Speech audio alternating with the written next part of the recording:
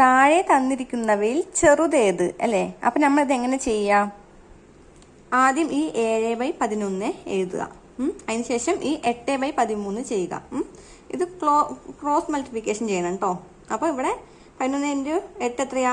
88 അല്ലേ? 13 × 7 ചെയ്താൽ 91. അപ്പോൾ ഇതിൽ ചെറുത് ഏതാ? 88 അല്ലേ? അപ്പോൾ 8/13. പിന്നെ അടുത്ത സംഖ്യ എടുത്ത് എഴുതുക. 2/3 ക്രോസ് ചെയ്യുക കേട്ടോ. അപ്പോൾ ഇവിടെ എത്രയാണ് വരിക? 26 അല്ലേ? ഇവിടെ 24. ഇതിൽ ചെറുത് ഏതാ? അപ്പോഴും 8/13 അല്ലേ? 8/13 അടുത്ത സംഖ്യ എടുത്ത് എഴുതുക. 5/8. അപ്പം നമുക്ക് എത്ര കിട്ടും? ഇവിടെ 65 കിട്ടും, ഇവിടെ 64 കിട്ടും. ഇതിലേതാ ചെറുത്? 8/13. അപ്പം നമ്മുടെ ആൻസർ ഏതാ? 8/13. ഓപ്ഷൻ ബി ആണ് നമ്മുടെ ആൻസർ. ക്രോസ് മൾട്ടിപ്ലിക്കേഷൻ ചെയ്തിട്ട് ആൻസർ കണ്ടെത്തുക. ആദ്യം നമ്മൾ ചെറുതാണോ വലുതാണോ എന്നുള്ളത് നോട്ട് ചെയ്തിട്ട് വേണം കണ്ടെത്താൻ.